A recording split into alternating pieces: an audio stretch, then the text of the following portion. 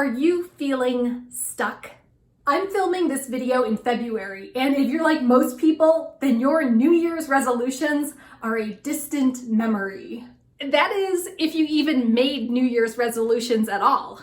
We all have big goals for our lives, maybe successful businesses, or loving relationships, or healthy bodies, or a million other things. But just because we want to make changes doesn't mean we'll actually do it. We're going to face obstacles, frustrations, and distractions that are determined to derail our progress and keep us in our safe little comfort zones. If you're tired of not reaching your goals and struggling to figure out what you're doing wrong, then stick around because I've got some little edits that will have a big impact on your success. Let's go!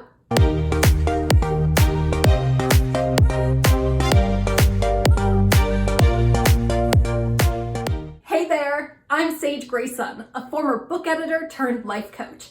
I help ambitious women edit their habits, routines, and mindsets to balance their happiness at work and home. I'm a life editor, and so are you. Today, we're talking about the 5 reasons you're not reaching your goals and how to fix them. Before we get started, please be sure to hit that subscribe button so you won't miss any of my life editing videos. Plus, you'll be first to know when I launch new products and programs. A few months ago, I launched my Edit My Life Planner, where I share the same 12-week goal planning technique that I use with my private clients. Much of the feedback that I received were from people who had never heard of pyramid planning or time budgeting or using a parking lot for their ideas inventory. And it's kind of a shame because when we don't know what we're doing wrong, how are we supposed to make positive changes? So today we're going to go over the 5 most common reasons why you're not reaching your goals. You might notice that one reason in particular fits your situation, or maybe a few of them. But no matter how many times you tried and failed in the past, you can reach any goal you set for yourself.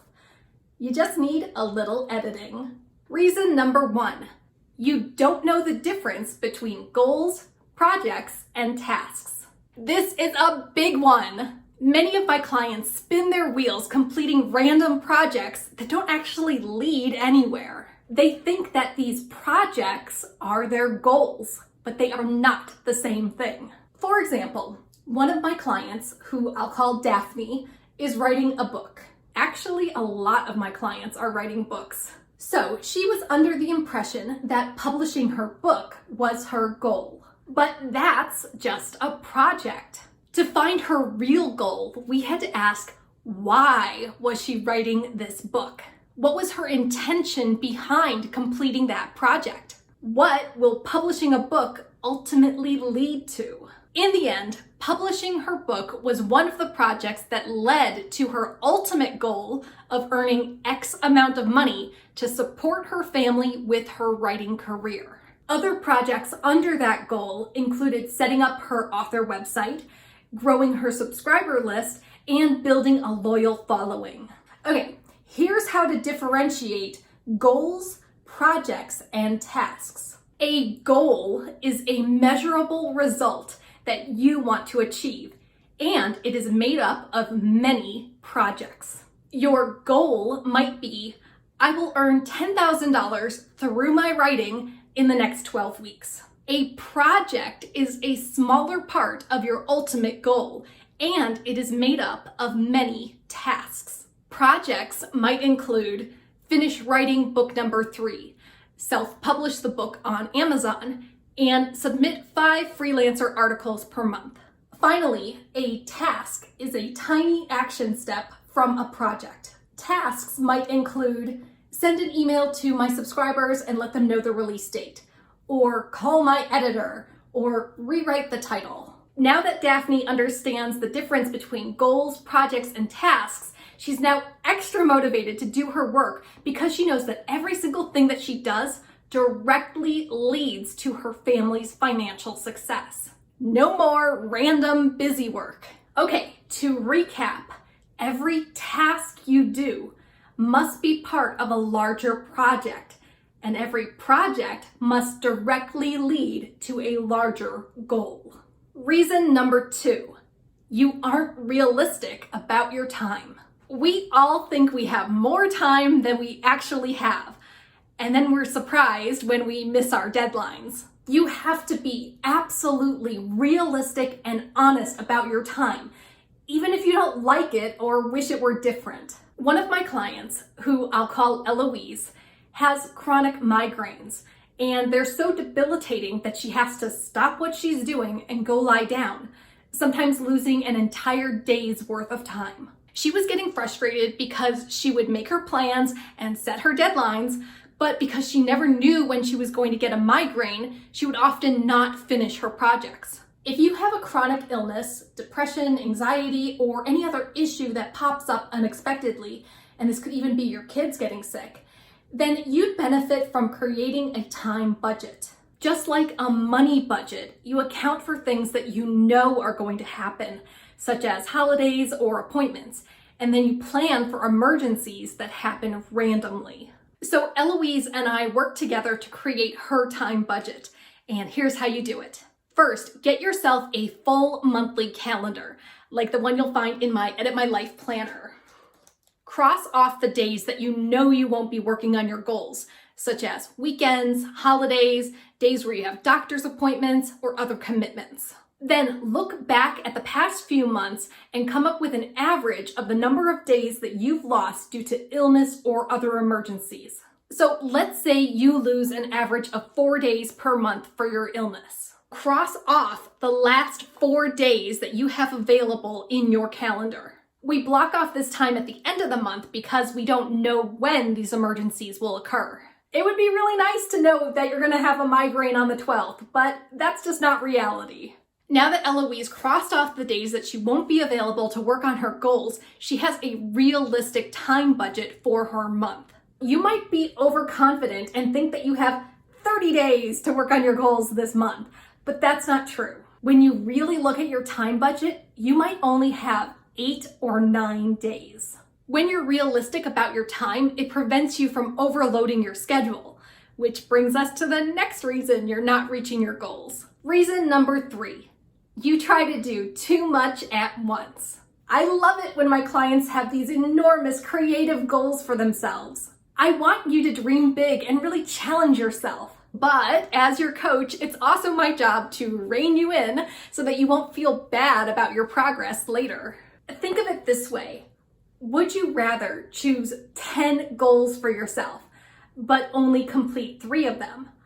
Or would you rather choose 3 goals and complete them all? Choosing fewer goals will make you feel more confident and capable, which will then motivate you to work on your next set of goals. For my clients, I recommend choosing 1 to 3 goals for every 12-week action plan. I like to say that this is treating yourself like a boutique.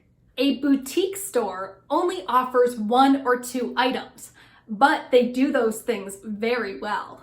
On the other hand, a big box store does 1,000 things, but they're all kind of half-assed. Always go for quality over quantity and choose fewer goals for yourself.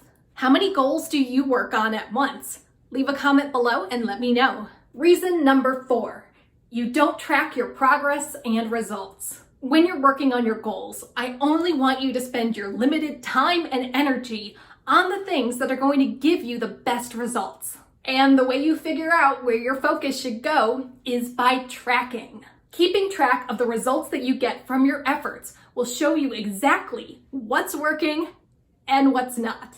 One of my clients, who I'll call Penelope, gets a lot of traffic to her website, where her followers can download her freebies, purchase her courses, and sign up for her packages. She also spends a lot of time presenting at conferences, networking, and being active in various groups. So Penelope started tracking where her subscribers were coming from when they signed up or purchased something.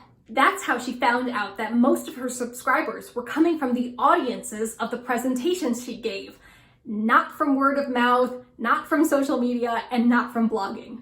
By tracking where her dedicated customers were coming from, Penelope was able to shift away from less effective marketing techniques and focus more on doing more presentations and webinars. So what can you track to know if what you're doing is working or not? If you're growing a business, you might track your sales. If you're losing weight, you might track calories. If you're nurturing your relationships, you might track how much time you spend with each of your kids. And reason number 5, you don't use a planning system. There comes a time when you just can't wing it anymore. You can't expect to be successful if you don't have a way to capture your goals, projects, and tasks, monitor your time budget, and track your results. You can use whatever planning system works for you. A printed planner, a digital planner, a project management app, an online calendar, or a combination. And if you're not currently using a planning system, then I've got a tool that will help you accomplish more in the next 12 weeks than you have in the past 12 months. The Edit My Life Planner is a quick mini course and planner bundle to help you stop procrastinating on your biggest goals and get results fast. This planner uses the very same techniques that I've been teaching my coaching clients for more than 10 years. Using my life editing process, you'll learn how to choose the right goals for you, design strategic project plans, and create detailed daily task lists so that you stay focused and motivated every step of the way. So click the link below to get your copy of the Edit My Life Planner. That's it! This week, use the tips from this video to get back on track and finally reach your goals. As always, if you like this video, please be sure to hit that like button, leave a comment, and subscribe.